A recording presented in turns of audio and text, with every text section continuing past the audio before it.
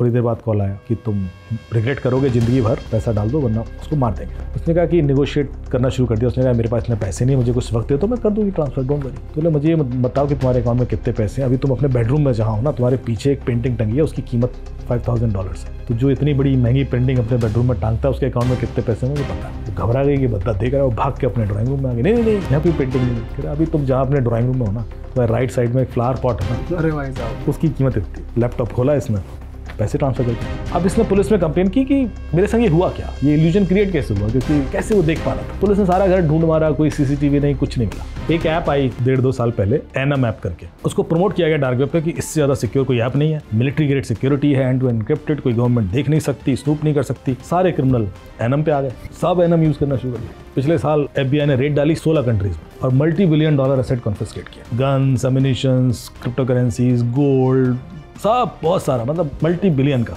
पता क्यों? Annum app FBI ने बनाई थी। हाँ तो भाई, इससे पहले हम पॉडकास्ट को शुरू करें, मैं आप लोगों से कुछ बात करना चाहता हूँ। अगर आप लोग बिजनेस में सक्सेस चाहते हो, ईज ऑफ बिजनेस चाहते हो, तो आप लोग को Odoo के बारे में ज़रूर पता होना चाहिए। ये एक all in one business solution है जहाँ पर आप फ्री में साइन अप कर सकते हो और इसके अंदर मल्टीपल ऐप्स हैं जो आपके बिजनेस मैनेजमेंट को एकदम आसान बना देगा। फॉर एग्जाम्पल, एक ऐप है CRM। ये एक गेम चेंजर है एंटरप्रेन्योर्स के लिए, स्मॉल एंड लार्ज बिजनेस के लिए। इसके अंदर आप अपने कस्टमर्स एंड सेल्स टीम को मैनेज कर सकते हो, बिजनेस इनसाइट को आप एक्सेस कर सकते हो। सिर्फ इस एक ऐप से तुम सारे leads, online store, event, social media ads को एक ही जगह कलेक्ट और मैनेज कर सकते हो। और साथ ही साथ तुम सारे लीड स्टेज को चेंज कर सकते हो सिंपली ड्रैग एंड ड्रॉप करके। अपने बिजनेस के हिसाब से मल्टीपल व्यूज में चेक कर सकते हो, जैसे कि लिस्ट, मैप्स एंड मोर। इसके अलावा एक्टिविटीज को आप लोग ऑटोमेट कर सकते हो, ऑर्गेनाइज कर सकते हो, बिजनेस प्रोजेक्शन एंड रिपोर्ट्स को एक्सेस कर सकते हो जो तुम्हें एकदम क्लियर इनसाइट्स देते हैं। और इसके अलावा अकाउंटिंग, इनवॉइसिंग, वेबसाइट बिल्डर जैसे पावरफुल टूल्स को आप यूज कर सकते हो। और सबसे बढ़िया चीज, Odoo का फर्स्ट ऐप एकदम फ्री है, आप जाके चेकआउट कर सकते हो, हमारे डिस्क्रिप्शन में लिंक है, तो जाइए और जरूर चेकआउट करें। चलो अब पॉडकास्ट शुरू करते हैं। तो दोस्तों, स्वागत है आपका एक और मजेदार एपिसोड में। आज का जो एपिसोड है भाई, बहुत ही ज़्यादा इंटरेस्टिंग होने वाला है। आज का एपिसोड होने वाला है साइबर सिक्योरिटी के ऊपर। हम लोग सब फ़ोन यूज़ करते हैं और देखो, सबको ये पता है कि भाई कुछ भी सेफ़ है ही नहीं। हमारा डेटा, हमारी प्राइवेसी इज़ अ मिथ, ये भी हम कहते हैं। डार्क वेब के बारे में हम तमाम तरीके की बातें करते आए हैं, अपने पॉडकास्ट पे भी पहले करी हैं। पर आज हमारे साथ जो गेस्ट हैं वो एक साइबर सिक्योरिटी एक्सपर्ट हैं। वो पुलिस की हेल्प करते हैं बहुत सारे केसेस रिजॉल्व करने में। और आजकल डिजिटल ज़माना है तो सारे केसेस भी डिजिटली सॉल्व होते हैं। Not only cases, corporate cases, political cases, हर चीज़ में सोशल मीडिया बहुत ज़्यादा इन्वॉल्व है, टेक बहुत ज़्यादा इन्वॉल्व है, तो सर की ज़रूरत पड़ती रहती है। मैं बात कर रहा हूँ अमित दुबे सर की। इन्होंने 8 किताबें लिख दी हैं साइबर सिक्योरिटी के ऊपर और बहुत ही बढ़िया तरीके से ये एक्सप्लेन करते हैं चीज़ें रियल लाइफ केसेस के साथ। तो सर का स्वागत करते हैं। Thank you so much. Thank you sir, आपने इतने बिजी स्केड्यूल से हमारे को टाइम दिया। दौड़ते भागते दौड़ते भागते, और अभी सर को फिर भागना है। तो सर, साइबर सिक्योरिटी एक्सपर्ट तो आप हो ही, बट आप किस तरीके के केसेस से डील करते हो? किसी केस से ही शुरू करते हैं, क्योंकि हमारी ऑडियंस को आजकल जो चल रही हैं चीज़ें वो रिलेट ज़्यादा करते हैं जब आप कोई किस्सा या केस बताओ। तो कॉम्प्लेक्स केस एक डिस्कस करते हैं। इंटरनेशनल केस था। I was in Finland, Nokia में काम करता था मैं, और ये वो दिन थे जब नोकिया ढलान पे था। लेकिन जो लोग नहीं जानते हो कि आपकी जनरेशन पता नहीं नोकिया फ़ोन कितना यूज़ किया। सर हमने तो करे हैं। नोकिया का वर्ल्ड में 80% मार्केट था, 80%, मतलब नोकिया के अलावा दूसरा फ़ोन बिकता नहीं था, हालत ये थी। और ग्लोबल कम्युनिकेशन बहुत तगड़ा, और यूरोप में तो ऑलमोस्ट 95%, मतलब दूसरी कंपनी घुस नहीं पा रही थी। सैमसंग और ये सब तो सर्वाइव नहीं कर पा रही थी, क्योंकि मैं उस समय सैमसंग में, मैं भी सैमसंग में भी काम, मेरी स्टार्टिंग ही सैमसंग से हुई है। लेकिन Nokia was like that leader, और एक ड्रीम था। तो हम नोकिया में जब काम किया और गए वहाँ पर फिनलैंड, और नोकिया स्मार्टफोन बन रहा था उसमें, N95, N96 स्मार्टफोन। तो मैं एक वो ऐसे नीचे से घूम जाता था, वो स्लाइड होने वाला था। N96 फ़ोन का जो मीडिया कंपोनेंट है वो मैं डिज़ाइन करता था। बढ़िया सीरीज थी सर वो वैसे। बढ़िया थी ना। तो वो एक फ़ोन था जिसमें फ्यूचरिस्टिक फीचर्स थे कि 8 मेगापिक्सल कैमरा होगा और वाईफाई भी है और सब कुछ। तो मुझे एक कॉल आया पेरिस पुलिस से कि एक केस है, उसमें किसी फर्मवेयर एक्सपर्ट्स की ज़रूरत है। तो मैं गया, वो मुझे लेकर एक सिटी में गए, रैन करके एक सिटी है, और वहाँ पर उन्होंने मेरे से वो विक्टिम से बात कराई। विक्टिम ने कहा कि साहब मुझे एक कॉल आया और किसी ने मेरे से कहा कि तुम्हारी बेटी हमारे कब्जे में, तो 1 घंटा है, इतना पैसा इस अकाउंट में ट्रांसफ़र कर दो। तो मुझे लगा कोई प्रैंक कर रहा है। फिर वो थोड़ी देर बाद कॉल आया कि तुम रिग्रेट करोगे ज़िंदगी भर, देखो पैसा डाल दो वरना उसको मार देंगे। These were the times, not everybody used to have the phone. हर किसी का फ़ोन नहीं था, वो चेक नहीं कर पा रही थी कि बेटी है। उसने कहा कि निगोशिएट करना शुरू कर दिया। उसने कहा मेरे पास इतने पैसे नहीं, मुझे कुछ वक्त दे तो मैं कर दूँगी ट्रांसफ़र, डोंट वरी। तो बोले मुझे ये बताओ कि तुम्हारे अकाउंट में कितने पैसे हैं। अभी तुम अपने बेडरूम में जहाँ हो ना, तुम्हारे पीछे एक पेंटिंग टंगी है, उसकी कीमत $5,000 है। तो जो इतनी बड़ी महंगी पेंटिंग अपने बेडरूम में टांगता है, उसके अकाउंट में कितने पैसे होंगे मुझे पता है। वो घबरा गई कि बंदा देख रहा है, वो भाग के अपने ड्राइंग रूम में आ गई। नहीं नहीं, यहाँ कोई पेंटिंग नहीं है। कह रहा अभी तुम जहाँ अपने ड्राइंग रूम में हो ना, तुम्हारे राइट साइड में एक फ्लावर पॉट है ना, अरे भाई साहब, उसकी कीमत इतनी है। अब ये उसको काटो तो खून नहीं, लैपटॉप खोला इसमें, पैसे ट्रांसफ़र कर दिए। 1 घंटे 1.5 घंटे बाद उसकी बेटी भी आ गई शख्स, वो किडनैप नहीं हुई थी। अब इसने पुलिस में कंप्लेन की कि मेरे संग ये हुआ क्या, ये इल्यूजन क्रिएट कैसे हुआ, क्योंकि कैसे वो देख पा रहा था। तो पुलिस ने सारा घर ढूंढ मारा, कोई CCTV नहीं, कुछ नहीं मिला। So they zeroed down their investigation on phone कि इसमें कुछ गड़बड़ हो गया। तो फिर फ़ोन स्कैन किया तो उसमें भी कुछ नहीं मिला। तो दे थॉट कि यार इसका जो मैन्युफैक्चरर है उस कंपनी से किसी को बुला लेते हैं, वो देख के बता देगा, कुछ ऐसा मैन्युफैक्चरिंग डिफ़ॉल्ट हो। तो मैं गया था, मैंने भी पूरा फ़ोन स्कैन किया तो मुझे भी कुछ नहीं मिला। मैंने कहा यार फ़ोन तो क्लीन है, तो वापस आ रहा था। तो जब मैं एयरपोर्ट पे था तो मैंने देखा कि एक बच्चा ऐसा ही वही N सीरीज़ फ़ोन लेके कुछ खेल रहा है, गेम खेल रहा है। तो उसको बुलाया, क्या कर रहा हूँ, और वो ऐसे दीवार के सहारे फ़ोन लेके चल रहा था ऐसे। तो बुलाया उसको, उसने कहा साहब एक गेम खेल रहा है ट्रू फाइटर करके। मैंने कहा दिखाओ कैसे काम करता है। बोले इसको लॉन्च करो तो कैमरा ऑन हो जाता है, और दीवार के सहारे ले जाओ तो उसमें ऑगमेंटेड ऑब्जेक्ट दिखते हैं, उनको आप कैप्चर करो तो पॉइंट्स मिलते हैं। It was something similar to Pokemon Go, but it is way before Pokemon Go. I think 2016 में आया है, मैं 2011 की बात कर रहा हूँ। तो मुझे बड़ा अजीब लगा। मैंने कहा यार इसका मतलब कैमरा तो ऑन रहता है इस गेम में। तो मैंने आयो को फ़ोन लगाया, मैंने कहा देखो यार ये लेडी के फ़ोन में ये गेम है क्या ट्रू फाइटर। बोले हाँ है। तो मैंने कहा मैं फिर आ रहा हूँ। मैंने फ़्लाइट कैंसिल की, वापस गया। तो वहाँ पर मैंने सबसे पहले उसमें से रिवर्स इंजीनियरिंग किया उस गेम को कि ये गेम करता क्या है। तो पता पड़ा इस गेम से करीब 150 पिक्चर्स एक सर्वर पर अपलोड हुई हैं रोमानिया के, उसके घर की। अच्छा, ये गेम उसके बेटा खेलता था उसका। तो समझ में आ गया कि उसके घर की हर दीवार की पिक्चर क्रिमिनल के पास थी। पर क्रिमिनल को ये कैसे पता पड़ता था कि ये बेडरूम में है, ड्राइंग रूम में है, बालकनी में है, वॉशरूम में है। क्योंकि आज after 15 years almost with all latest technologies ये पता करना बहुत मुश्किल है कि आप कमरे के उस कोने में बैठे हो, यहाँ बैठे हो या बाहर बैठे हो। अनलेस एंड अनटिल कोई CCTV ना हो जो है। बिना CCTV के, CCTV तो था नहीं वहाँ, सिर्फ फ़ोन से आप कैसे पता करोगे, क्योंकि GPS लोकेशन तो पूरे घर की एक ही है। सही बात है, GPS नहीं बदलता। अब ये पता करना है कि किस कोने में है, किस बेडरूम में, कैसे, सोचो कैसे किया।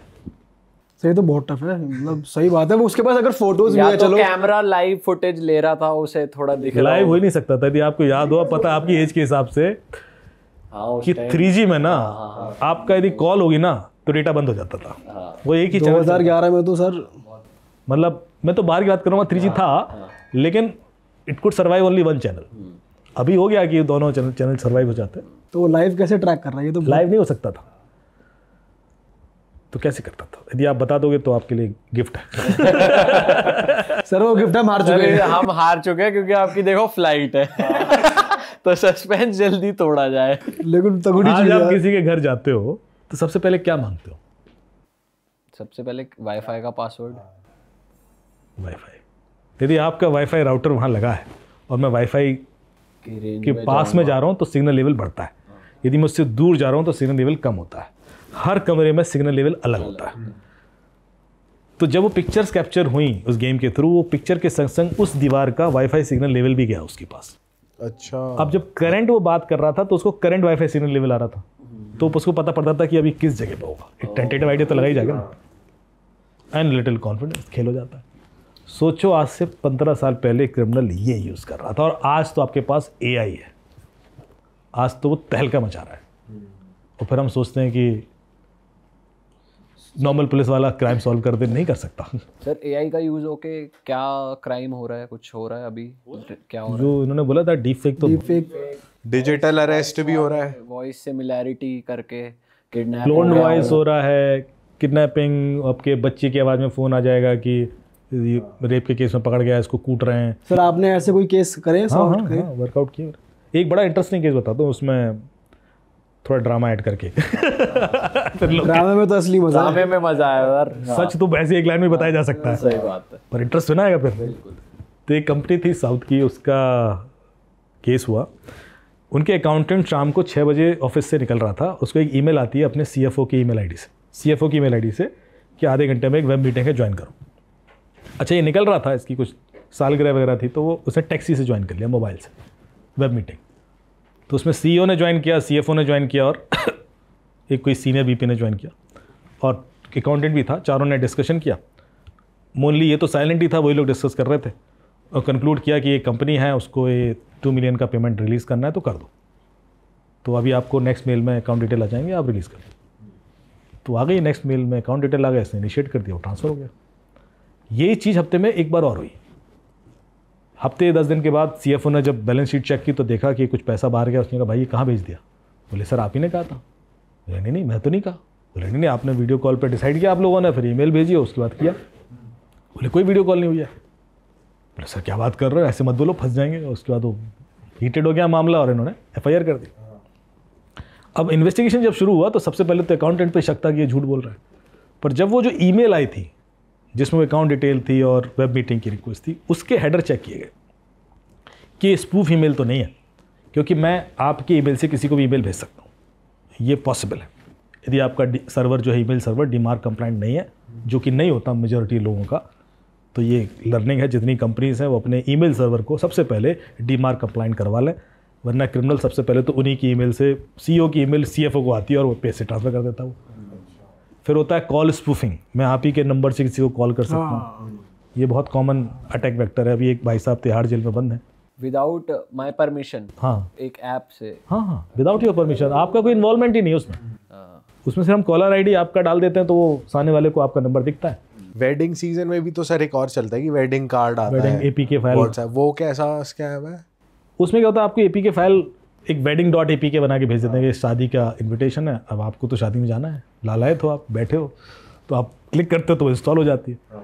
वो एक्चुअली OTP चुराने की एप्लीकेशन होती है, तो आपके बैंकिंग डिटेल्स और OTP चुरा के सामने वाले को भेज देते हैं, तो सीधे पूरा अकाउंट खाली होता है फिर। ठीक है, तो आपने कुछ इंस्टॉल तो कभी नहीं करना भाई, ये तो सबसे बड़ी लर्निंग है ही। तो हम कहा थे कि वो स्टोरी पे दे इन्वेस्टिगेशन शुरू हुआ तो सबसे पहले हमने ईमेल हेडर देखे कि भाई ये स्पूफ ईमेल तो नहीं है, तो स्पूफ ईमेल नहीं थी, लेजिट उसकी ईमेल आईडी से आ रखी थी CFO की, मतलब लेजिट ईमेल थी। हाँ, स्पूफ्ड ईमेल थी, लेजिट मतलब पहले हमें लगा कि हो सकता है मिलता जुलता कोई ईमेल हो, पर मिलता जुलता नहीं था, it was the actual email ID, first copy.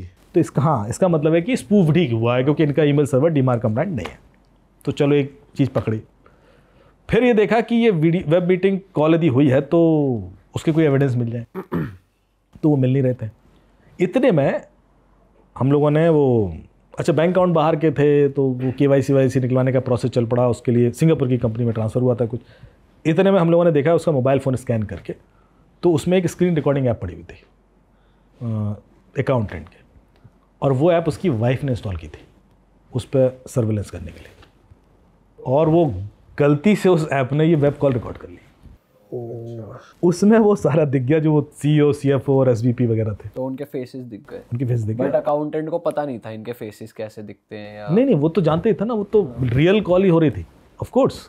अच्छा, हाँ, तो जब हमने वो वीडियो भी देखा तो इन्वेस्टिगेशन में गया तो पता पड़ा ये डीप फेक नहीं है, ये रियल फेसेस हैं, these are not deep fake. तो लगा यार मतलब ये सारे मिलके तो नहीं कर रहे हैं, पैसा बाहर साइफन कर रहे हो, कई लोग होते ना कि फेक केस बनाया डाल खुद कॉल पे या फिर खुद फिर कैसे क्यों कह कर रहा है? सकता है। हाँ, तो फिर इसने मैं देखा, अच्छा वो डिनाई कर रहे हैं, नहीं हम लोगों ने कॉल ज्वाइन ही नहीं किया, हमने ज्वाइन ही नहीं किया, क्या अच्छा आवाज़ भी उनकी है, फेस भी उनकी है। फिर हमने वो CEO का वीडियो जब बार बार प्ले किया तो उसके पीछे से घड़ी टंगी थी, जैसे घड़ी टंगी सामने, और उस घड़ी में बजा हुआ था 2:30 बजे, और जबकि ये कॉल रिकॉर्ड हुई थी शाम को 6:30 बजे। अच्छा, तो मैंने कहा आपकी घड़ी ख़राब है क्या? बोले नहीं। तो मैंने कहा फिर ये 2:30 क्यों बज रहा है पीछे इस वीडियो में, जबकि ये कॉल तो 6:30 बजे शाम को हुई थी। हाँ, तो बोले इसका मतलब है कि जो वीडियो प्ले हो रहा है अंदर ये 2:30 बजे रिकॉर्ड हुआ है कभी, किसी दूसरी वेब कॉल में जो कभी 2:30 बजे मैंने अटेंड की है, और मेरी लिप सिंक यूज करके ऑडियो क्लोन हुआ है, सिर्फ वीडियो क्लोन नहीं हुआ है।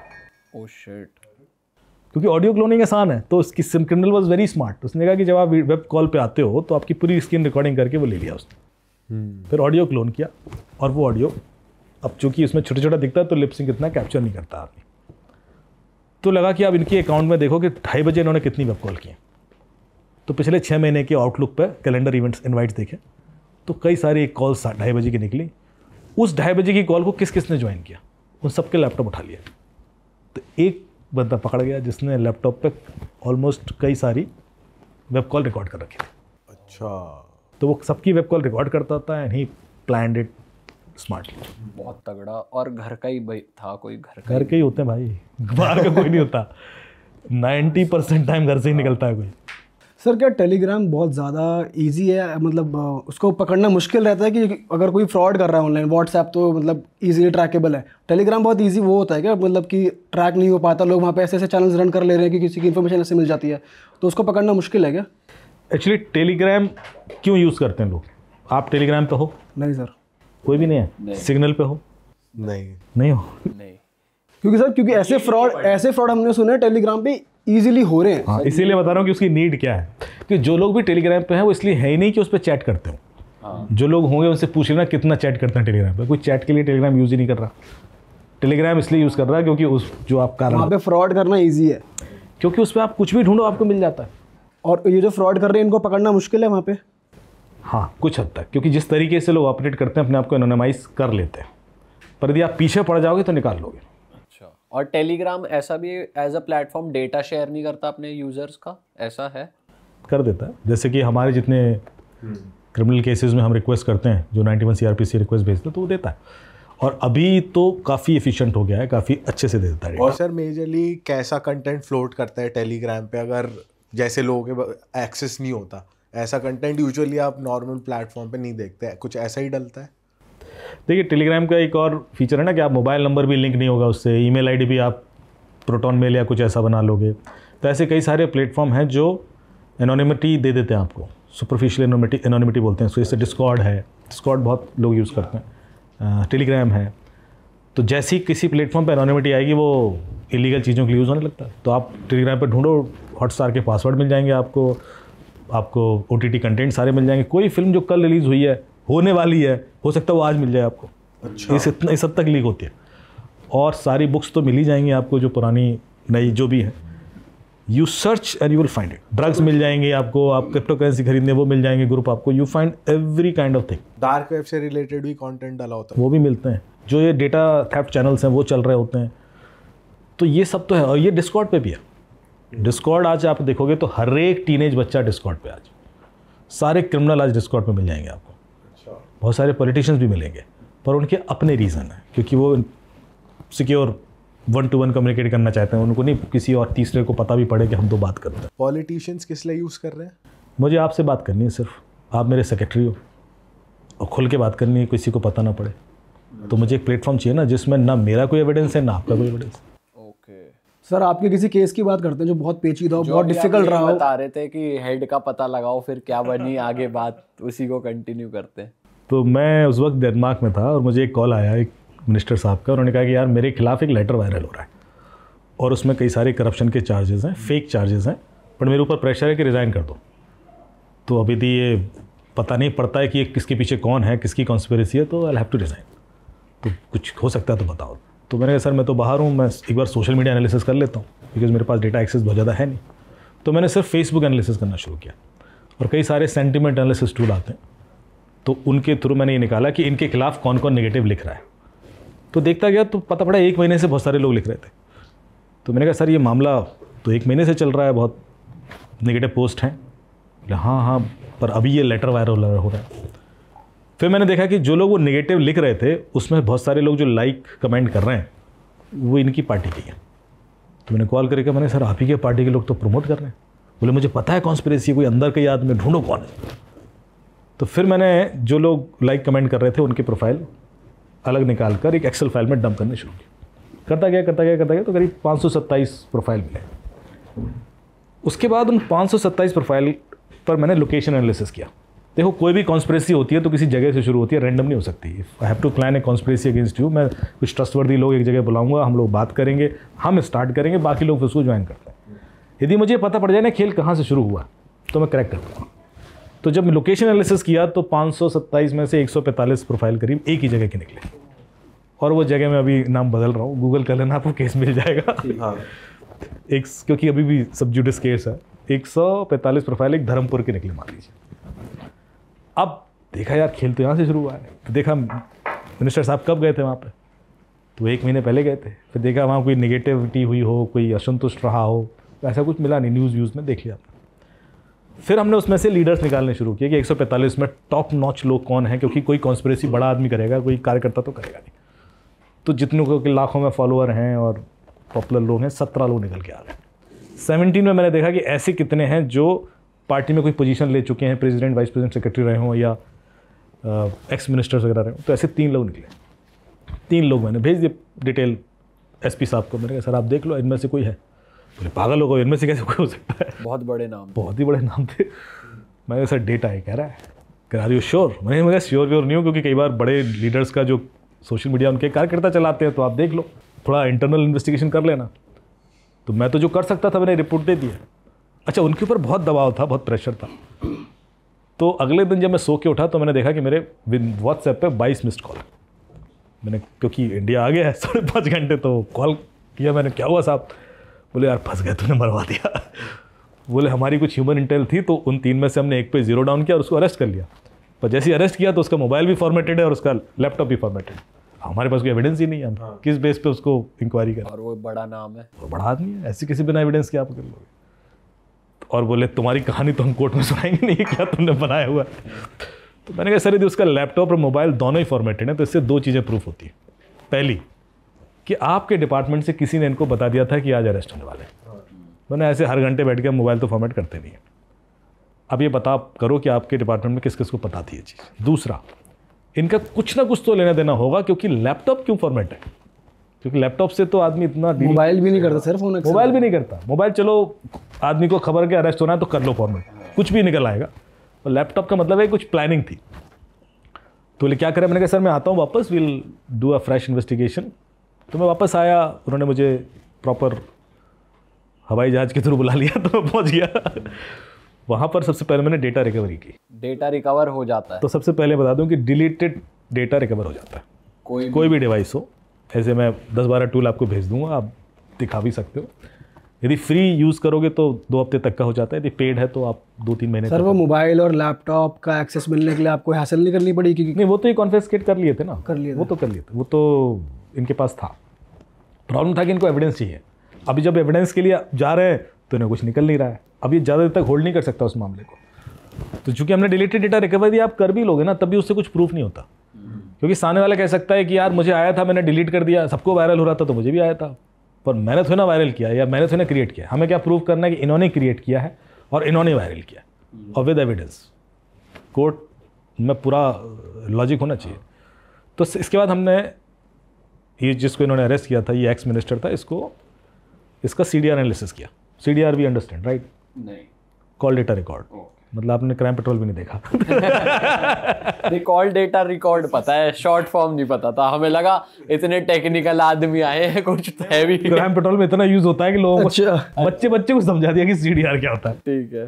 CDR में आपने किससे बात की, कितनी देर बात की, कहाँ खड़े थे आप, क्या बात की, वो नहीं, आवाज नहीं, कॉल डेटा, आवाज नहीं, ड्यूरेशन, लोकेशन और किससे बात की, नंबर, ये डेट, टाइम सब आ जाता है।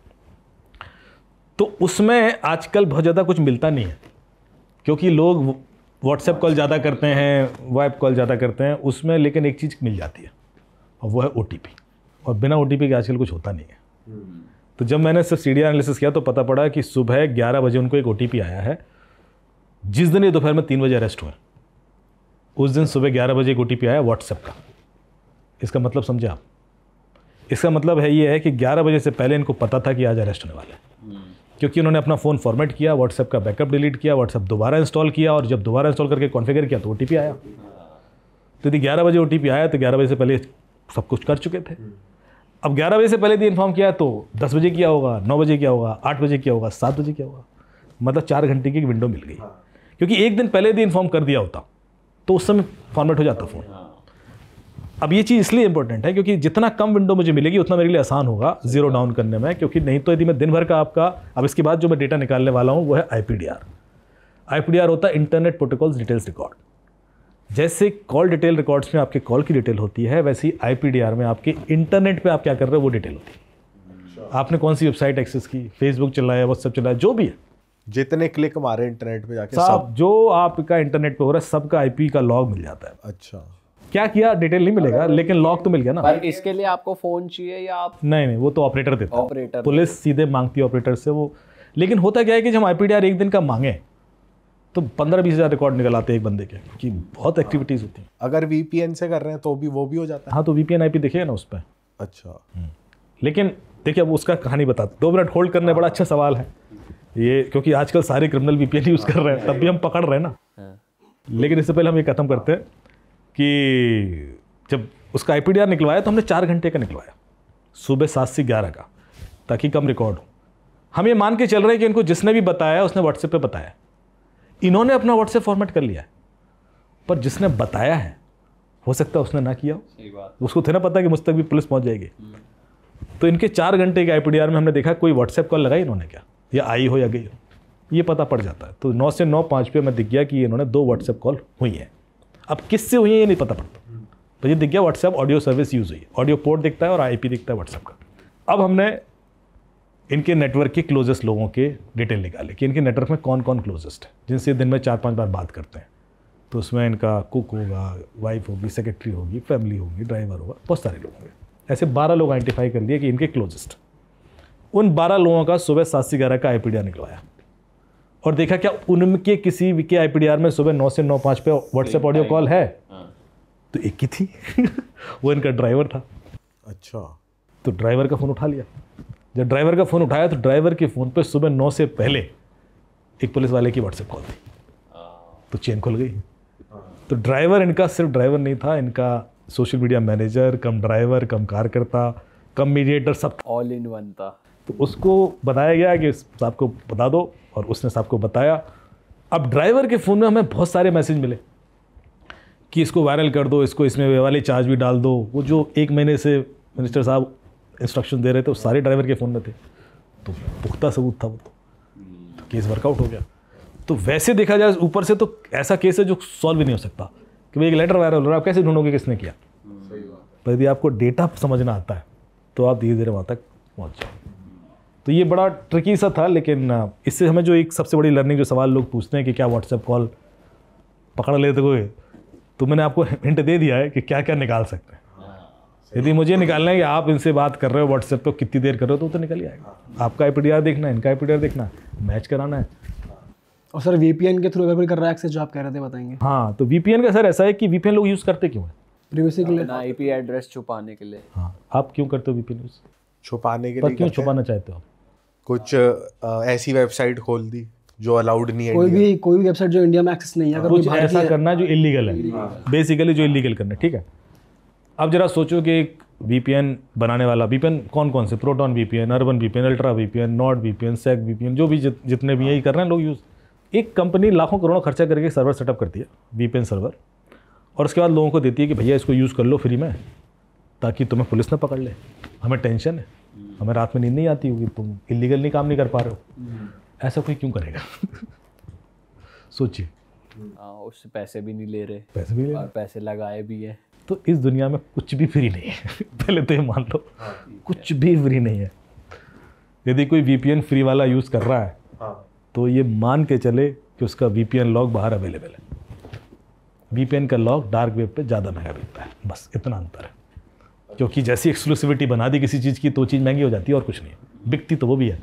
आप iPhone खरीद लेते हो तो iPhone हैक नहीं होते क्या? हाँ, एक्सक्लूसिव हो जाएगा। जब iPhone हैक करने के लिए मुझे एक्सप्लॉइट चाहिए तो महंगा मिलता है। अगर पुलिस को एक्सेस करना है तो डार्क वेब के थ्रू ही कर सकते हैं। डार्क वेब के थ्रू भी करते हैं, और बहुत सारे चैनल्स हैं। अच्छा, अभी जो भारत सरकार ने लॉ बना दिया कि VPN को अपना लॉग मेंटेन करना पड़ेगा और देना पड़ेगा, लीगली देना पड़ेगा। तो अधिकतर VPN तो फॉलो करते हैं, नहीं फॉलो करते हैं, पर कई सारे नहीं करते। जैसे जो कुछ रशियन VPNs हैं या वहाँ से बड़ा मुश्किल, तो वो डार्क वेब पर मिल जाता है। अच्छा, ओके। तो ऐसा अभी जितने केसेस सॉल्व हुए सब में VPN यूज़ हो रहा था। अभी वो होक्स कॉल आती थी, स्कूल के अंदर बॉम्ब है, फ्लाइट के अंदर बॉम्ब है। तो एक जर्नलिस्ट आया मेरे पास कि साहब सॉल्व क्यों नहीं हो रहा, पकड़ क्यों नहीं पा रहा। मैंने कहा हो जाएगा, VPN यूज़ कर रहा है, थोड़ा वक्त लगेगा, निकल आएगा। अब वो डबल VPN यूज़ कर रहा है, वो एक VPN को 2 VPN, तो कई बार इन्फॉर्मेशन आने में टाइम भी लगता है। तो तीनों पकड़ गए ना वो बच्चे। सर थोड़ी सी बात करेंगे डार्क वेब की। एक्चुअली हमने जितना सुना है कि डार्क वेब आम लोगों के लिए एक्सेसिबल नहीं होता। कुछ लोगों ने ये कहा है कि भाई ये रेड रूम्स जहाँ पर डिस्टर्बिंग वीडियोस होती हैं या गन्स मिलना, ये एक्चुअली नहीं होता है। डार्क वेब तो गवर्नमेंट बॉडीज़ के लिए होता है ताकि आम लोग एक्सेस ना कर पाएँ। बट क्या है एक्चुअलिटी डार्क वेब की? आपने कभी खुद एक्सेस करा है तो क्या क्या होता है वहाँ पे? डार्क वेब स्टार्ट किसने किया था? सर हमने ऐसे सुना है कि US वगैरह ने, जैसे हर बड़ी हर ऐसी खुराफाती चीज यूएस ही स्टार्ट करता है। सही बात है। क्यों स्टार्ट किया था? कुछ डेटा ऐसे भेजने के लिए जो ट्रैक ही ना हो पाए। उनके जो लोग, जो उनके जासूस वगैरह थे या जो उनके आर्मी के लोग दूसरी कंट्रीज़ में थे, वो जो कम्युनिकेशन करना चाहते थे उसको सिक्योर रखने के लिए कि वो लोकल गवर्नमेंट उस पर स्नूपिंग ना कर सके। राइट। तो उन्होंने वो टॉर प्रोजेक्ट स्टार्ट किया, the onion router Tor project. एक दिन वो टॉर प्रोजेक्ट लीक हो जाता है और उसका सोर्स कोड ओपन हो जाता है और एक कम्युनिटी उसको ले लेती है और वो डार्क वेब बन जाता है। अब वो लीक हो जाता है या लीक किया गया था, मैं इसलिए देखिए जब तक आपको फाउंडेशन ना पता हो ना किसी चीज़ की, आप इल्यूजन में रहते हो।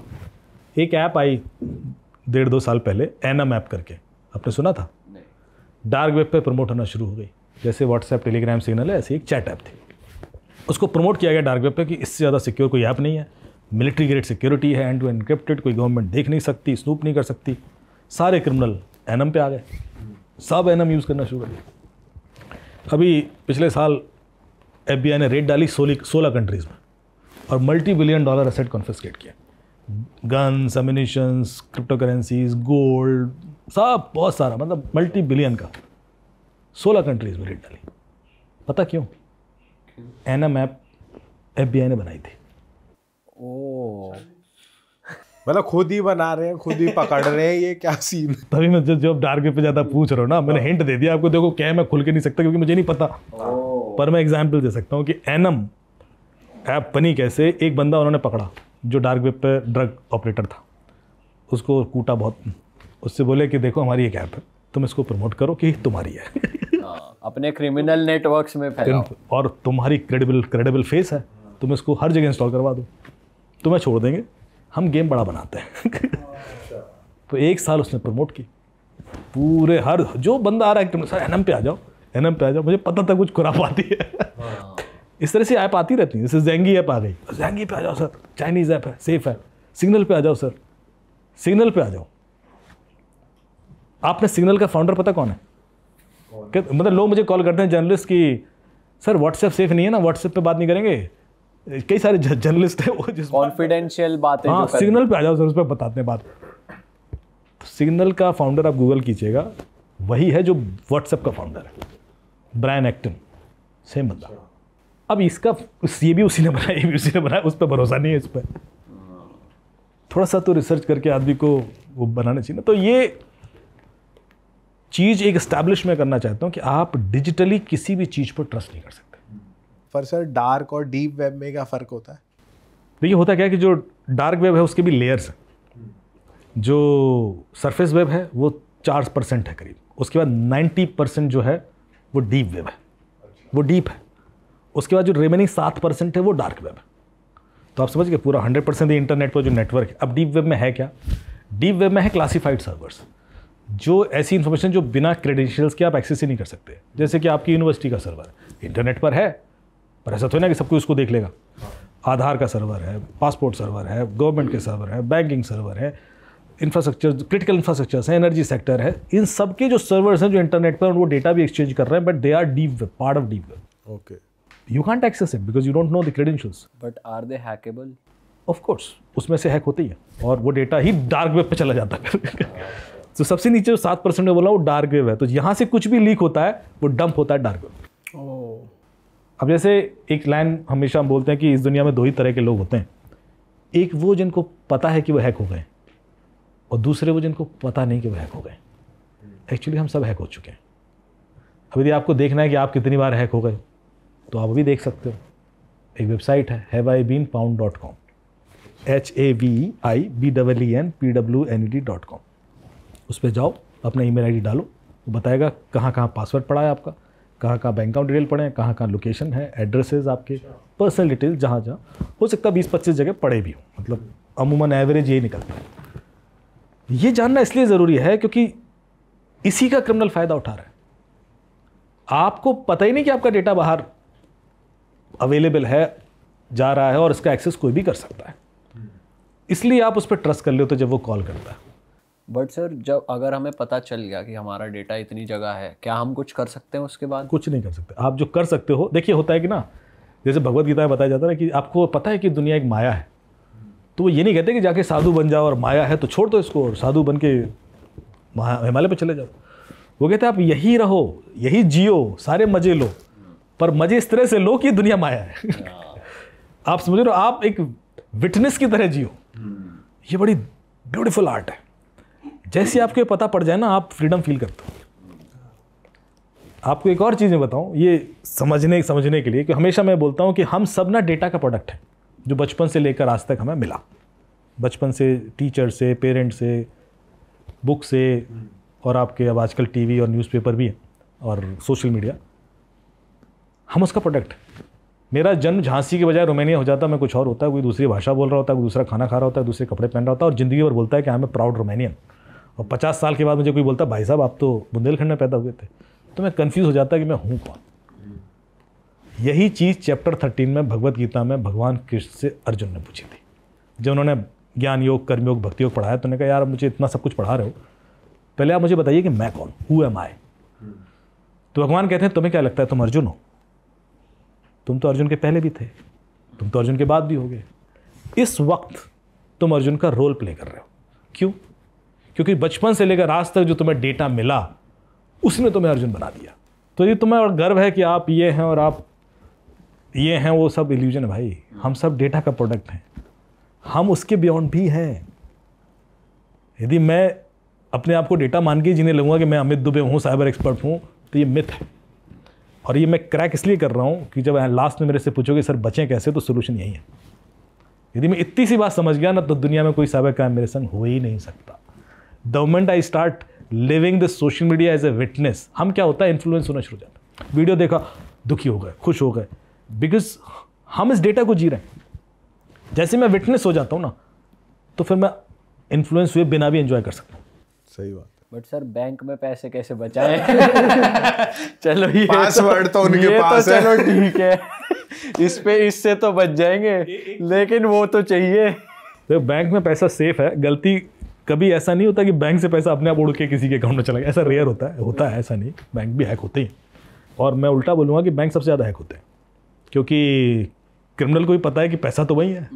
डोमिनोज को हैक करके क्या मिल जाएगा उसको, हल्दीराम को हैक करके क्या मिलेगा, मिलता ही है। डेटा हैक तो ये भी होते हैं, पर तो रियल तो उतनी एफर्ट में बड़ी चीज़ ले लो। तो जितने भी बैंक हैं उनके क्रेडेंशियल्स, उनके क्रेडिट कार्ड डिटेल्स आपको डार्क वेब पे मिल जाते हैं। तो that itself says a lot कि वो हैक ही होके गए होंगे, वो एक इंडिविजुअल अकाउंट से नहीं गए, वरना इतने थोड़े चले जाते कि करोड़ों चले जाएंगे, लाखों चले जाएंगे। तो होते तो हैं। लेकिन एक और चीज़ आपने नोटिस करनी होगी, पैसा आपके मोबाइल से अपने आप नहीं निकलता। Criminal will never hack your devices to reach to you, criminal will always hack you to reach to your devices. सबसे पहले वो यहाँ हैक करता है आपको। एक बार आप यहाँ हैक हो जाते हो, फिर तो कितना भी मैं प्रोटेक्शन कर दूंगा मोबाइल में, कुछ नहीं होने का। बस एक 6 डिजिट का OTP निकलवाना है यहाँ हैक कर। दैट्स इट, उतना ही है सिक्योरिटी। तो आप OTP चुराने के भी 10-12 तरीके हैं। हम ये मान के चलते हैं कि OTP है तो हम सिक्योर हैं, ये भी एक मिथ है। हम मान के चलते हैं जो अवेयरनेस सेशंस होते हैं ना कि पासवर्ड कॉम्प्लेक्स कर लीजिए तो आप सेफ हैं। 2 फैक्टर ऑथेंटिकेशन है। आप जरा सोच के देखिए, क्रिमिनल के पास इतनी फुर्सत है कि तुम्हारा पासवर्ड गैस करेगा वो, या बार बार चेंज करते रहो। हाँ कि यार ये वाला गैस करते, ये नहीं ये वाला होगा, अरे कॉम्प्लेक्स है नहीं गैस कर पा रहा। ऐसे होता है क्या? हैकिंग ऐसे थोड़ी ना होती है। वो पासवर्ड सीधे निकालता है भाई। अब वो कॉम्प्लेक्स हो या सिंपल हो क्या फ़र्क पड़ता है? यदि वो हैकिंग करके निकालना है, फिशिंग करनी है या आप ही से ले लेना है, लेकिन तो कॉम्प्लेक्स बना के कुछ फ़ायदा नहीं होने का। हाँ 2 फैक्टर हर अकाउंट होना चाहिए, क्योंकि जो चीज़ उसी समय जनरेट हो रही है वो क्रिमिनल हैक करके नहीं निकाल सकता, वो तो उसी समय लेनी पड़ेगी उसे आपसे। So you are definitely secure. But उसके भी तरीके हैं दैट यू शुड नो कि यार ऐसे OTP निकलता है। सर और थोड़ी टिप्स दे दो फिर बचने के लोगों को यार। देखिए बचने के कुछ टिप्स तो मैं सिंपल दे दूं। पहली चीज़ ये है कि आपका व्हाट्सएप 2 फैक्टर ऑथेंटिकेटेड है, गारंटेड है ना, तो वो कर लें। यदि नहीं है तो सेटिंग्स में जाएं। यदि नहीं है ना, जिसका भी नहीं है वो मान के चलो हैक्ड है, क्योंकि वो 2 मिनट में हैक हो जाएगा। और फिर व्हाट्सएप ऐसी चीज़ें हैक होता है, मुझे परेशान करके लोग फ़ोन करते हैं, सर सांस अटक जाती है कि मेरा सब कुछ है उसमें, और फिर वो 7 दिन तक रिकवर नहीं होता है। अच्छा। अभी इसका दिवाली के पहले करीब 40 गुड़गांव के डॉक्टर्स के व्हाट्सएप हैक हुए। एक का हुआ, फिर सबके होने शुरू हो गए, सबके फ़ोन आए मुझे, और सबकी सांस अटकी हो जाएगी, सर रिकवर कराओ। और उसके बाद उनकी पॉलिसी है कि वो जो क्रिमिनल होता है ना, वो 2 फैक्टर ऑथेंटिकेशन इनेबल कर देता है। अब उसको रीसेट करने में 7 दिन लगता है। मैंने कहा 7 दिन से पहले कुछ ना कर पाऊंगा मैं। तो आप सेटिंग्स में जाएं, अकाउंट्स में जाएं, चौथा ऑप्शन आएगा 2 स्टेप वेरिफिकेशन, उसको क्लिक करेंगे तो आपसे 6 डिजिट का कोड मांगा जाएगा। वो 6 डिजिट का कोड आपका डेट ऑफ बर्थ नहीं होना चाहिए, क्योंकि लोग क्या करते हैं, डिफ़ॉल्ट कोड डाल देते हैं और वो तो मैं 2 मिनट में निकाल लूँगा आपका। कोई दूसरा कोड जो किसी को ना पता हो, उसके नीचे एक ईमेल आईडी भी मांगा जाएगा, वो भी डाल दें। यदि ईमेल आईडी इसलिए कि कल के दिन आप पिन कोड भूल गए तो आप रिकवर कर सकें। तो आप यदि वो 6 डिजिट का कोड किसी को नहीं बताते हैं तो वो व्हाट्सएप कोई आपका एक्सेस कर ही नहीं पाएगा, चाहे वो OTP ले ले, चाहे वो फ़ोन तोड़ घुस जाए, चाहे वो कुछ कर ले, नहीं कर पाएगा। So you are safe.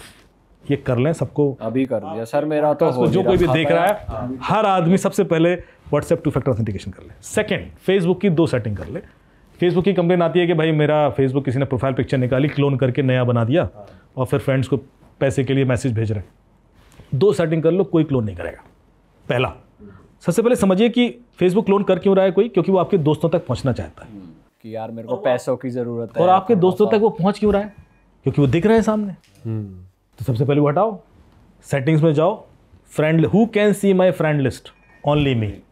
उसमें 4 ऑप्शन आएंगे, सब कोई देख ले, सिर्फ दोस्त देखें, फ्रेंड्स ऑफ फ्रेंड्स देख लें, हाँ इन बदमाश दोस्तों के अलावा सब देख लें, एक्सेप्ट ऐसा भी होता है ना, फिर ओनली मी। उसमें ओनली मी सेलेक्ट कर लो चुपचाप, किसी को दिखाने की ज़रूरत नहीं है, आप अमिताभ बच्चन नहीं है, आप चुपचाप सेफ हो जाओ। सेकेंड, आपकी जो पोस्ट है वो पब्लिक मत करें, यदि वो फैमिली की पोस्ट है, ओनली फ्रेंड्स। क्योंकि क्रिमिनल तो बाहर से बैठा है, वो तो आपकी पब्लिक पोस्ट में देख लेगा कौन लाइक कर रहा है, कमेंट कर रहा है, ये आपके दोस्त हैं, उनको लूटेगा। ये 2 सेटिंग कर लें, आपका फेसबुक क्लोन नहीं होगा। तीसरा, एक ऐप सजेस्ट कर रहा हूँ। अच्छा, इंस्टाग्राम का भी बता दो। हाँ बता दो। इंस्टाग्राम पर इतनी सेटिंग्स है सिक्योरिटी की, कोई करता ही नहीं है, कभी खोल के नहीं देखा किसी ने। सिक्योरिटी सेटिंग्स में जाके सिक्योरिटी ऑप्शन में जाए, प्रिवेसी ऑप्शन है। 2 फैक्टर तो बेसिक है, ये तो कर ही लो। 2 फैक्टर तो आप कर ही लो। सिक्योरिटी सेटिंग्स में जाके आप एब्यूजिव डिक्शनरी ब्लॉक कर सकते हो कि कोई आपको गाली गलौज ना करे, ट्रोल ना करे, ऑफेंसिव वर्ड ना लिखे, ऑब्सीन वर्ड ना लिखे। तो सबसे पहले कर लो, कोई लिखेगा नहीं, आधा टेंशन खत्म लाइफ का। दूसरा, एज ग्रुप भी सेट कर सकते हो आप उसमें, और भी बहुत सारी सिक्योरिटी प्रोविजंस कर सकते हो, लोकेलिटीज, ज्यूरिडिक्शन वगैरह।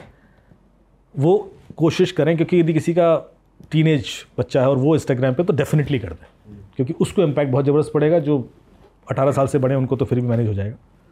एक ऐप सजेस्ट करूँगा जो आपको कई सारे खतरों से बचा लेगी। खतरनाक ऐप है मोबी आर्मर करके, प्ले स्टोर पर भी है, ऐप स्टोर पर भी है।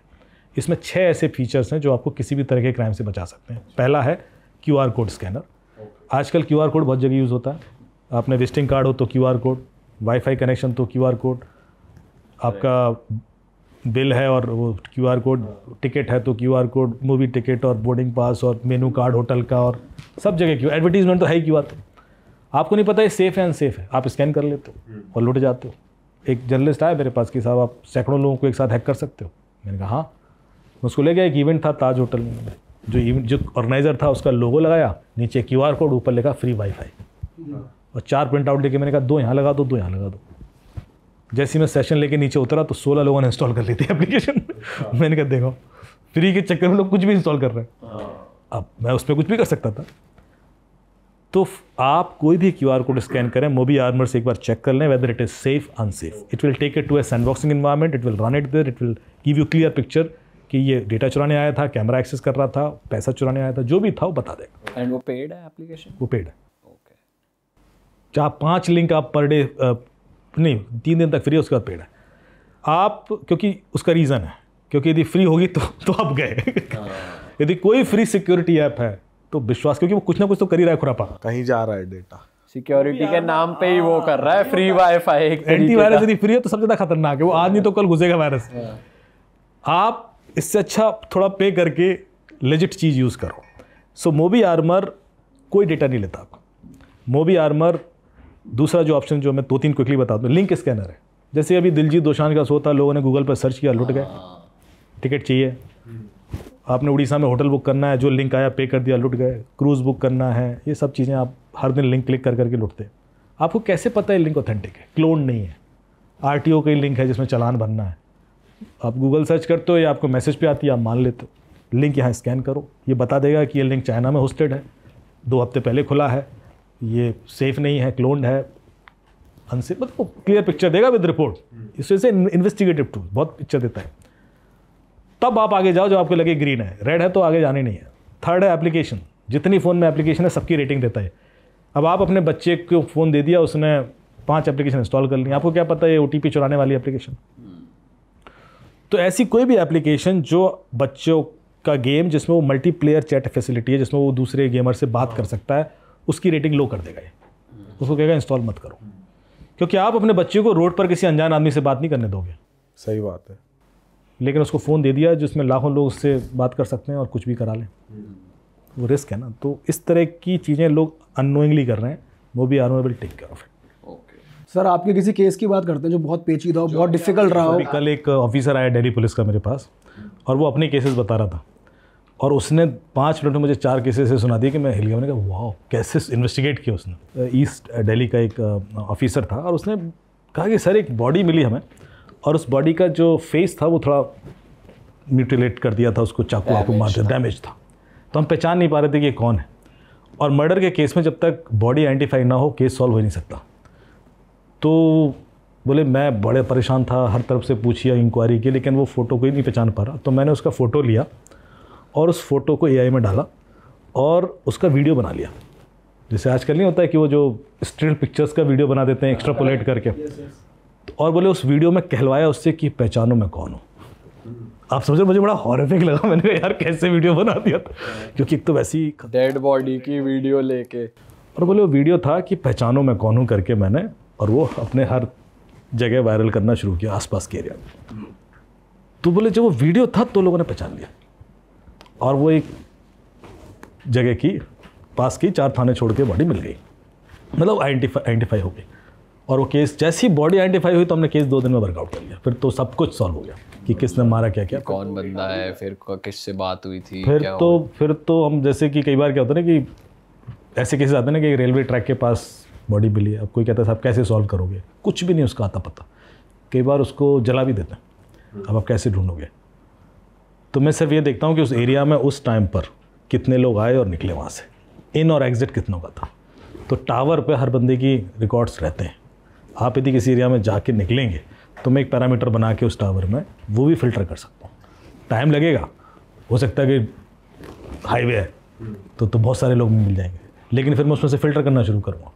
तो ऐसा भी किया उसने, कल एक केस बताया कि उसने वो वाली टेक्निक भी यूज़ की। तो ये सारी टेक्निक मैंने अपने अलग अलग केसेस में यूज़ की हैं। तो मुझे बताना था सर वो सारी केसेस में आपकी टेक्निक हेल्प की। पर मैं कह रहा हूँ कि बड़ा अच्छा लगता है कि आज पुलिस उस लेवल पर भी जा रही है कि AI का इस्तेमाल का अच्छा यूज़ पहली बार सुना कर रहा है। और जैसा आपने कहा कि केसेस कैसे आते हैं, तो साहब पॉलिटिकल केसेस से लेकर, क्योंकि कई बार लोग पुलिस से सीधे हेल्प नहीं लेना चाहते, कॉर्पोरेट केसेस हैं, जितने बड़े बड़े इंडस्ट्रीज़ हैं, मतलब आप मान के चलो कि टॉप 20-30 में जो आते होंगे, मैं सबके टच में हूँ, मतलब सब ने कहीं ना कहीं मेरे से कोई ना कोई हेल्प ली हो। ये बड़ी बड़ी MNCs की बात कर सकते हैं। हाँ, तो अब क्यों होता है, क्योंकि इनसाइडर थ्रेट है, कुछ कोई अंदर गड़बड़ कर रहा है। अब यदि वो बाहर जाएंगे, पुलिस को इंगेज भी करेंगे ना, तो मीडिया में आता है जैसी, तो वो शेयर मार्केट इम्पैक्ट कर जाता है। और जब तक आपके पास सॉलिड एविडेंस ना हो, आप एक्शन भी नहीं ले पाते। सही बात। तो कई बार ऐसा होता है कि वो चाहते हैं कि आप अनऑफिशियली इसको इन्वेस्टिगेट कर लो, डेटा हमसे ले लो, हमारे ईमेल लॉग्स ले लो, हमारा जो भी आपको CCTV, लेकिन आप ये निकाल के दो कि ये बंदा यही है या कौन है। कई बार तो बिल्कुल भी आइडिया नहीं होता है कौन। सर वैसे हो क्या जाता है ऐसी इतनी बड़ी कंपनीज के साथ, क्या इनके साथ कैसा साइबर। एक कंपनी थी, उसके CEO ने मुझे कॉल किया, बोले हमारा एक बंदा है, हमारा बिजनेस सफ़र कर रहा है, मतलब अचानक से गिरना शुरू हो गया और मुझे नहीं पता कौन कर रहा है। और मेरे जो बिजनेस हेड्स हैं उनका 20-22 कंट्रीज़ में बिजनेस था, तो बोले अब इतना बड़ा इम्पैक्ट तभी हो सकता है जब इनमें से कोई गड़बड़ कर रहा हो। मुझे सिर्फ बताओ कि इनमें से इनकी लाइफ में चल क्या रहा है। अच्छा, लाइफ बताओ, बिजनेस तो बाकी तो मैं समझ जाऊंगा कि क्या। अच्छा, सडन चेंज किसकी लाइफ में दिख रहा है? कोई बहुत ज़्यादा इधर उधर खर्चा कर रहा है, ये कर रहा है, वो सब निकाल के दो तो वो निकल आता है। वो सोशल मीडिया से भी निकलता है। मैं आपको बताऊँ कई सारे टेलीग्राम चैनल हैं वो ये डेटा दे रहे होते हैं। अच्छा, जो टॉप नॉच प्रोफाइल्स का नहीं, आपका मोबाइल नंबर डालेंगे, आपका सारा दे देंगे वो, कि आपका Aadhaar, bank account detail, bank balance सब निकाल के दे देंगे। अच्छा, ये डेटा कैसे कैसे पहुंचता है, ये इंटरेस्टिंग कहानी एड्रेस है। तक भी आ जाता है। हाँ, अभी एक टेलीग्राम चैनल बंद करवाया हमने, अभी 2 हफ्ते पहले भी चल रहा था। तो उसमें क्या था कि मैंने अपना ट्राई किया पहले, तो मेरी टीम से एक बंदा आया कि साहब देखो सर एक चल रहा है चैनल, उसमें आप अपना मोबाइल नंबर डालो। तो मैंने कहा मेरा निकालो, तो उससे मेरे सारी डिटेल दे दिए, बैंक बैलेंस भी दे दिया, सारे बैंक अकाउंट डिटेल दे दिए, बैंक का पासवर्ड भी देना चाह रहा था वो, पर उसके लिए पेमेंट मांग रहा था। अरे भाई साहब, तो मैंने कहा अरे बाप रे, ये तो बड़ा खतरनाक है, क्योंकि जब आपको इतना डिटेल मिल जा रहा है और बिल्कुल ठीक लग रहा है, तो फिर आधे क्रिमिनल ल्योर हो जाएंगे कि यार पासवर्ड भी ले लेते हैं। सही बात। क्योंकि जितने फाइनेंशियल फ्रॉड आपने देखे हैं, कभी आपने नोटिस किया किसी ने पासवर्ड नहीं मांगा आपसे, सिर्फ OTP के लिए पूरी कवायद होती है। पासवर्ड उनको पहले से पता होता है। पासवर्ड यदि वो आपसे मांगेंगे तो 5 मिनट लगेगा, कहोगे स्मॉल है, कैपिटल है, अल्फ़ाबेट है, न्यूमेरिक है, वो एक्सप्लेन ही नहीं कर पाओगे। पासवर्ड विद अकाउंट डिटेल्स उनके पास रेडी है, उनको सिर्फ OTP चाहिए क्योंकि वो उसी समय जनरेट हो रहा है। सर आजकल जो इंटरनेट पे सोशल मीडिया पे सुनने को मिलता है कि डीप फेक वीडियोस बहुत बन रही हैं, तो ऐसे भी किसी केस से आप जूझे यहाँ पे डीप फेक वीडियो इन्वॉल्व हो? जैसे आप बता रहे थे ऑफ कैमरा कोई लीडर थे, पॉलिटिकल लीडर, जिनकी डीप फेक आपको बनानी पड़ी। नहीं, वो नहीं वाला केस नहीं क्योंकि वो हिंट बार बहुत खतरनाक हो जाएगा मेरे ऊपर, लेकिन ऐसा होता है। मतलब मैं ऐसे बता दूंगा कि मैं थोड़ा सा ट्विस्ट कर सकता हूँ। करो सर। तो केस कुछ ऐसा था कि एक व्यक्ति का कुछ पर्सनल वीडियो वायरल हो रहा था और उसको दिक्कत ये थी कि उसका कोई काम नहीं हो रहा बिकॉज वो वीडियो, तो उसने मुझे कॉल ऐसे किया कि सर ये किसी ने डीप फेक बना दिया है और आप एक सर्टिफिकेट दे दो कि ये डीप फेक है तो मेरा काम हो जाएगा। वो एक MMS था। हाँ, वो पूरा वीडियो था, CCTV फुटेज टाइप। उसमें वो किसी महिला के साथ हैं और ये सब। तो मैंने कहा ठीक है मैं चेक करा लेता हूँ। मैंने अपनी टीम को दिया, उन्होंने फ्रेम बाय फ्रेम एनालिसिस किया और सुबह रिपोर्ट दे दी कि सर इसमें तो एक भी फ्रेम फेक नहीं है, सारा रियल है। तो मैं इतना मेहनत करवाई और उसके बाद भी कुछ नहीं, तो मैंने उनको फ़ोन किया, मैंने या तो सीधा यही बोल देते सर एक ओरिजिनल वीडियो वायरल हो रही है, आपके 12 घंटे बच जाते। तो मैंने कहा यार क्या करेंगे, फंसा दिया। अच्छा वो बंदा बहुत इन्फ्लुएंशियल और बहुत पावरफुल कि साहब ये तो साहब करना पड़ेगा, आपको हेल्प देनी पड़ेगी। तो मैंने कहा साहब झूठा सर्टिफिकेट तो मैं नहीं दे पाऊँगा, क्योंकि कल के दिन कोर्ट में केस गया, आप क्या सवाल जवाब करेंगे। अरे बोले आप कहीं कोर्ट वोर्ट में नहीं जाएगा, कोई मैटर नहीं होगा, बस मेरी थोड़ी इज्जत बच जाएगी, आप समझ नहीं रहे बात को, कह दीजिए। तो फिर मैंने अपनी कुछ ऑफिसर से बात की, दोस्तों से, मैंने क्या करें, बहुत दबाव है सर, वो तो घर आ गए हैं ऐसा ऐसा। तो बोले काम करो, उससे कोई एक और वीडियो बनाए जो डीप फेक है और उस पर सर्टिफिकेट दे दो। अच्छा, तो तुमने भी गलत नहीं किया और यदि उसका काम चल जाए तो ठीक है। तो मैंने कहा ठीक है सर, ये आप तो आप सोच रहे हो कि आदमी क्या क्या नहीं करा लेगा यदि आप ज़रा सा भी एक्सपोज हो जाते हो। मेरे पास ऐसे ऐसे केसेस आए कि बार घर में बैठ जाते थे लोग कि इसको ढूंढ दीजिए, ऐसे BMW की चाबी लेके रखिए सर, आप चलाइए, आप टेंशन मत लीजिए, कोई आपसे काम नहीं कराना है, मुझे पता है साले काम कराना है, वरना तो आए क्यों। अब मुझे घबराहट शुरू हो रही है। मैं और ये बात कर रहा हूँ मैं 2011 की, जब तो मैं इतना नेटवर्क भी नहीं था। तो आप अर्ली स्टेज में तो डरते हो। आई स्टार्टेड इन 2009, सबसे पहले मैंने NIA से शुरू किया था, तो कुछ ही ऑफिसर्स को जानता था। मैं उससे कह रहा हूँ नहीं साहब नहीं हो सकता। अरे नहीं, ढूंढो, ये बंदा हमारे कुछ पैसे लेके भाग गया, 250 करोड़, उसको ट्रैक करना है। 250 करोड़? तो मैंने कहा यार उसको ट्रैक भी कर लेंगे तो क्या होगा, क्योंकि वो तो पुलिस ही करेगी, उससे करा लो। नहीं नहीं, पुलिस ने आपका नंबर दिया है, आप ढूंढ दीजिए। बड़ा परेशान। तो मैंने कहा कि अच्छा ढूंढ भी दिया तो क्या कर लोगे, कोर्ट में कैसे वो करोगे, क्योंकि आपने क्या, अच्छा पता था पैसे बेनामी है और उनके नाम से कुछ है नहीं। बोले नहीं बस सजा देनी है उसको, बाकी तो हमें कुछ नहीं करना है। तो और घबरा गया। मैंने कहा यार मैंने नहीं ढूंढा तो मुझे सजा मिल जाएगी। तो मुझे घर बदलना पड़ा, मुझे अपना घर रातों रात छोड़ के भागना पड़ा। और वो जो BMW की चाबी अपने मकान मालिक को देके कि वो कोई आएगा उसको दे देना, ये खड़ी है सामने, किसी को मत बताना मैं कहाँ जा रहा हूँ। अरे बाप रे। ये मुझे अपना सिम बदलना पड़ा। मैंने तुरंत बंद कर दिया, अगले दिन से तोड़ के फेंका ग्लास इंडिया, क्योंकि आप इतना डर चुके हो तो सीज में। फिर जब ये थोड़ा बड़ा मामला, तो मैंने एक ऑफिसर से उनको बात की, मैंने कहा सर ऐसा ऐसा है, लोग आ जाते हैं। तो उन्होंने मेरी मदद की, उन्होंने राजदीप सरदेसाई को फ़ोन किया उस समय, उनसे कहा कि आज अमित को अपने डिबेट में ले लीजिए। तो उस समय कोई एक केस चल रहा था, हेटेड एसएमएस का केस था। असम के कुछ लोगों जो बेंगलोर में थे उनको हेट एसएमएस भेजे जा रहे थे कि भाग के जाओ, छोड़ो ये एरिया, वरना ऐसा कुछ था। हेट एसएमएस आप देखना 2013-13 के आसपास का। तो ये सब छोड़ के जा रहे थे, तो उसमें फ्लडेड हो गया था रेलवे स्टेशन, एयरपोर्ट, हर जगह, और शायद एक आध कैजुअलिटी भी हो गई थी। उस पर डिबेट थी और उसका मैं इन्वेस्टिगेशन कर रहा था। और फिर जब मैं आना शुरू हुआ और उसके बाद लोगों ने ऑब्जर्व करना शुरू किया, उस समय तो डिजिटल मीडिया कुछ था ही नहीं, तब लोग थोड़ा पीछे हटना शुरू हुआ। तो आई लर्न वन थिंग कि जब आप मीडिया के साथ होते हो ना, तो पॉलिटिशियंस आपसे थोड़ा सा बच के चलते हैं। उनको पता है कि कल के दिन ये ही इज़ नेटवर्क बता देगा तो बात गड़बड़ हो जाएगी। तब तक वो डराएंगे जब तक उन्हें पता है कि यार इसका कोई पावर नहीं है। So you will have to create power some time. तो फिर मैंने हर जगह डिबेट में आना शुरू किया। मैंने कहा यार ओपनली, क्योंकि नहीं तो ऐसे कोई भी आके कुछ भी कराएगा। सो मेरा ये थंब रूल था कि जब तक पुलिस मेरे को रिक्वेस्ट नहीं करेगी, मैं आगे नहीं बढ़ूँगा। तो उससे क्या हुआ कि आप पुलिस कभी पे नहीं करती, आपको पता होगा आपको सब ऐसे ही फ्री में करना है।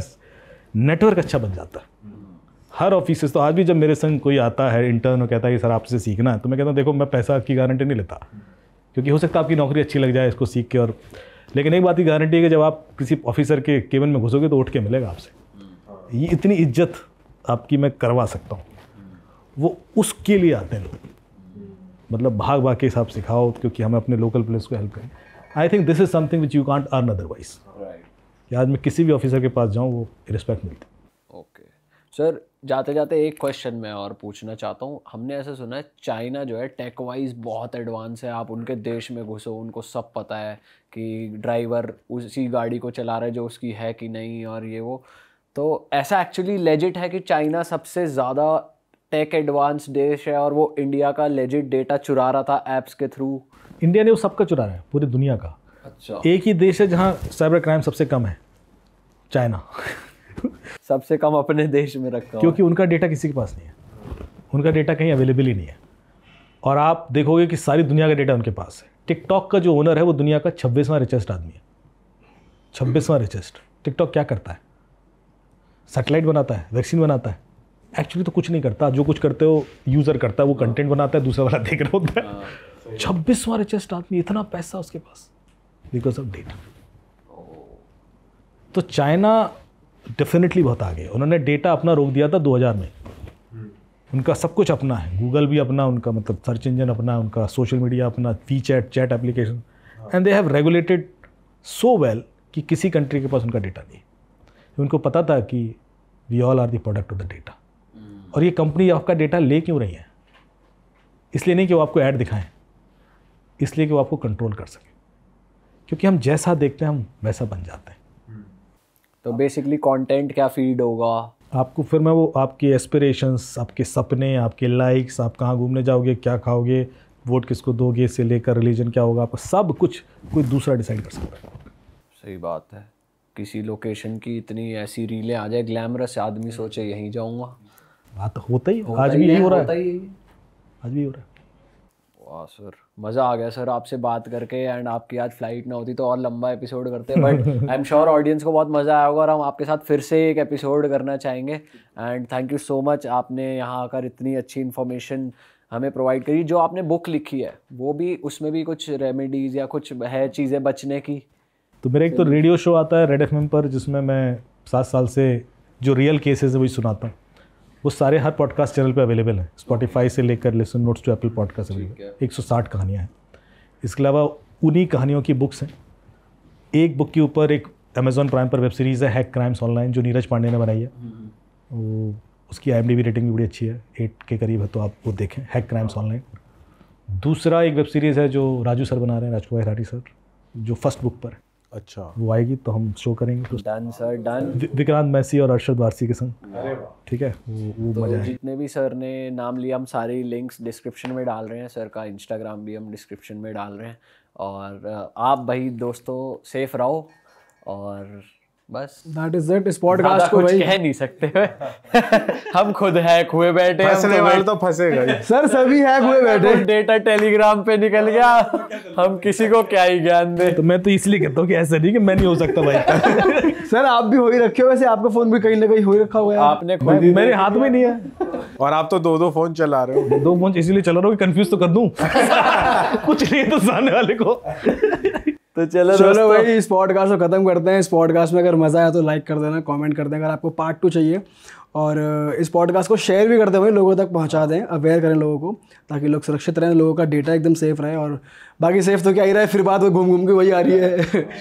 तो दैट इज इट। मिलेंगे हम नए पॉडकास्ट पे। हमें सब्सक्राइब भी कर देना। बहुत से लोग जो बिना सब्सक्राइब हुए हमारे पॉडकास्ट एंजॉय करते हैं भाई, लाल बटन दबा दो। मिलेंगे नए पॉडकास्ट में। Till then bye bye, see you, take care, अपना ख्याल रखना, टाटा।